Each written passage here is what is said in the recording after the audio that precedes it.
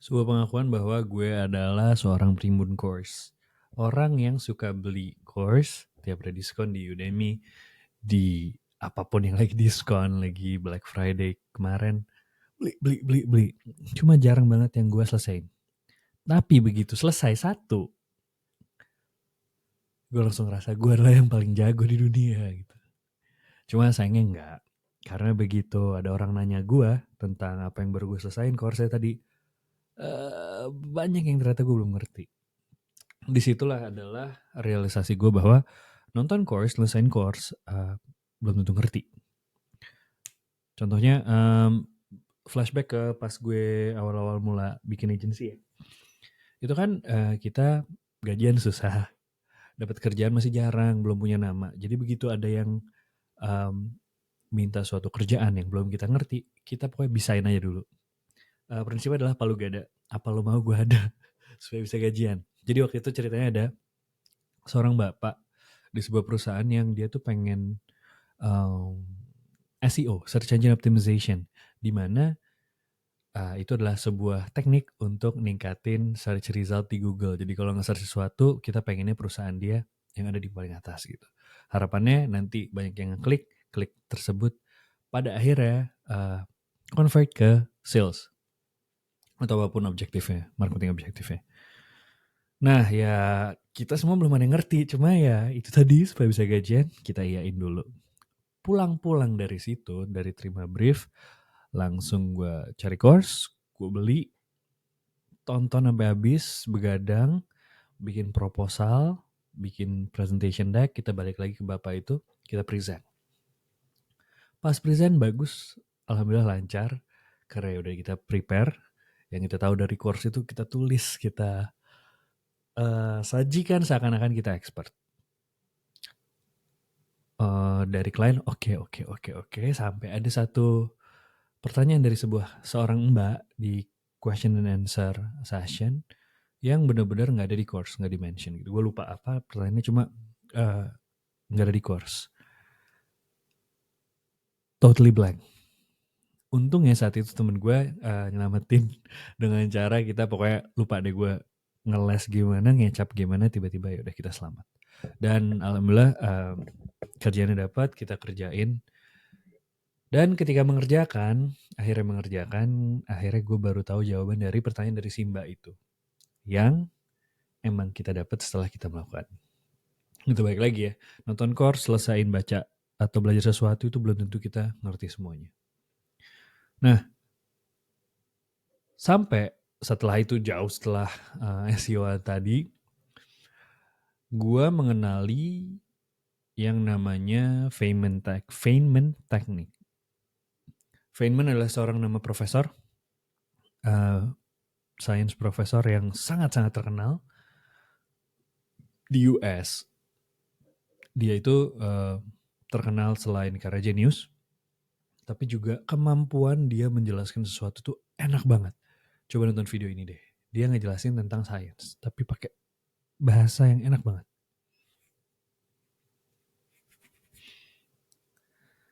Nah, kesimpulannya adalah untuk bisa ngejelasin seenak itu, kita harus 100% ngerti terhadap si subjek itu. Kalau kita belum bisa ngejelasin dengan cara yang enak ke orang yang belum tahu sama sekali tentang subjek tersebut, tanpa jargon, tanpa technical terms, itu kita belum ngerti. Nah, jadi sebenarnya Feynman Technique ini ada 4 steps. Yang pertama, pilih topiknya dan lo pelajarin. Jadi lo cari satu topiknya apa, source-nya dari mana aja lo cari tahu, lo mau belajarnya. Terus ketika lo belajar, lo tulis notes, mau di notepad, laptop lo, mau di HP, mau ditulis tangan, bebas. Tapi lo catat pakai bahasa lo sendiri. Kalau lo mau ekstra ngerti, katanya tulis tangan itu ngaritain informasi yang paling sticky, paling lengket. Udah ada scientific reasons ya, nggak salah. Ya begitu. Setelah lo belajar, tadi cari topik ya, source lo tahu dari mana aja, lo notes pakai bahasa sendiri, lo coba lagi cari satu orang, temen lo, atau adik lo, atau saudara lo, yang nggak ngerti sama sekali tentang subjek tersebut, terus lu coba jelasin secara simpel sampai dia ngerti. Nggak boleh pakai jargon, nggak boleh pakai teknik yang bukan nggak boleh juga ya. Kalau lu pakai jargon dia juga nggak akan ngerti. Jadi lu harus pakai bahasa yang gampang dimengerti semua orang. Ada tips pakai analogi. Kayak misalkan lu mau ngejelasin suatu hal yang susah, lu pakai analogi sesuatu yang ada di kehidupan sehari-hari yang dia nggak juga ngerti. Tuh. Ketika lu ngejelasin, most likely lu nggak akan bisa. Lu akan stuck, lu akan ngerasa kesusahan, lu nggak, lu akan terbata-bata, lu akan kayak banyak lu banyak mikir, banyak pause, dan gak apa-apa. Itu natural. Yang harus lo lakukan adalah lo inget di bagian mana lo ngerasa kesusahan. Lo ngerasa, aduh, gue belum ngerti-ngerti banget nih, gue masih harus pakai jargon nih. Gue gak bisa nyari analogi yang tepat apa nih. Lo notes, lo balik lagi ke source lo tempat belajar topik ini, lo pelajarin lagi. Sampai lo ngerti, lo ulang lagi, jelasin lagi ke temen lo, ke saudara lo yang tadi, sampai gimana caranya dia ngerti dan lo udah gak ada lagi dalam menjelasin. In theory, that's when you really get it. Gitu. Contoh jeleknya ya dalam menjelaskan pakai Feynman teknik kayak social media algorithm. Social media algorithm itu adalah rumus matematika yang akan memberikan weight kayak yang bagus harusnya kayak algoritma tuh kayak DJ di klub atau di kafe yang dia itu nyoba-nyoba lagu dan dia ngelihat lagu mana yang ngebuat orang joget. Ketika si DJ ini tahu lagu apa yang bikin orang joget, dia akan cari lagu mana yang mirip-mirip yang kemungkinan besar akan ngebuat orang joget. Karena si DJ ini maunya orang joget dong. Jadi sebisa mungkin si DJ ini akan nyari lagu-lagu yang ngebuat orang joget. Kalau ada lagu yang bikin pas dia play kayak ya orang-orang malah duduk malah ke WC, dia nggak akan play lagi. Itu adalah analogi algoritma. Gitu. Oke. Lihat yang gue lakukan tadi adalah pakai analogi, jadiin algoritma tuh kayak DJ, nggak ada terms kayak ya udah orang joget lagu ya orang harusnya tahu lah ya. Gitu. Contoh lagi yang kedua adalah content marketing.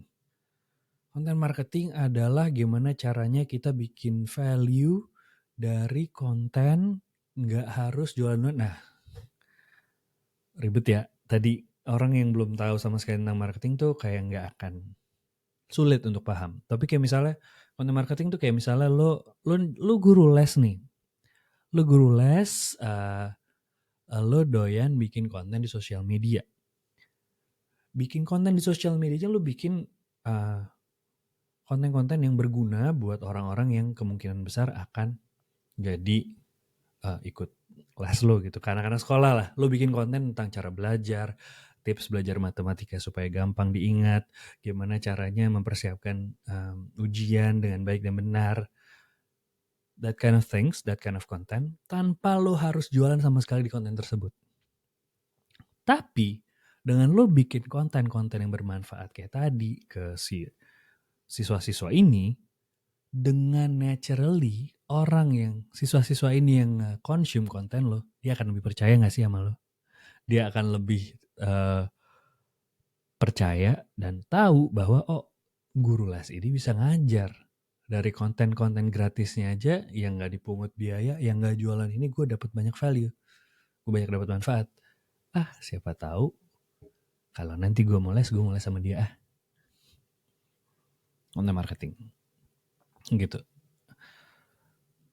Tadi gue aja juga masih rada stumble ya. Kayak pas ngejelasin si guru les ini. Gue harus, kalau kayak tadi gue prosesnya kayak tadi, kayak gue gitu masih rada stutter. Gue harusnya balik lagi, review lagi source-nya. Apa sih yang tadi gue belum ngerti? Terus gue coba jelasin lagi. Gitu.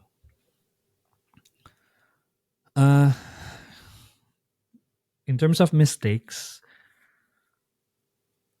Ya ini sih jangan, ketika lo mengerti sesuatu jangan buru-buru untuk jadi expert gitu. Seakan-akan lo baru baca satu buku, baru nyelesain satu course, belum pernah praktek lo udah expert. Jangan. Kebanyakan knowledge tuh adalah tacit knowledge. Knowledge yang baru kita dapatkan, kita benar-benar acquire ketika kita melakukan sesuatu. Ada pengalaman, ada wisdom. Dan itu yang paling susah gitu. Itu jarang ada di course. Biasanya lo dapat dari lo praktek atau lo dari mentoring, dari tutoring. Gitu. Jadi don't rush to be expert. Terus juga jangan pakai jargon. Karena kebanyakan kalau lo ngomong sama orang, kecuali dia sama-sama ada di bidang lo ya nggak apa-apa, pasti ngerti. Tapi ke orang umum, gak usah pakai jargon-jargon. Jargon-jargon teknis, jangan. Nggak ngerti. Terus ya itu juga jangan kayak gue waktu itu only teori, nggak ada prakteknya, sama aja bohong. Tadi ingat tacit knowledge itu didapat dari praktis, dari kita ngelakuin kesalahan, dari belajar lagi sampai akhirnya dapat experience, dapat wisdom. Nah, challenge buat lo, pilih satu topik, coba ajarin seseorang, record pas lo lagi ngajarin seseorang itu. Itu coba lo tonton, kira-kira gimana? Udah ngerti beneran apa belum? A-nya banyak nggak? Terus ulang lagi. Nah, jadi oke, closing dari video ini gue cuma pengen bilang bahwa knowing tidak sama dengan understanding. Tahu sesuatu belum tentu lo mengerti sesuatu. Teori tidak sama dengan praktis. Oke, jadi komen di bawah apa yang mau lo pelajarin setelah nonton video ini. Terus like and subscribe. Thank you.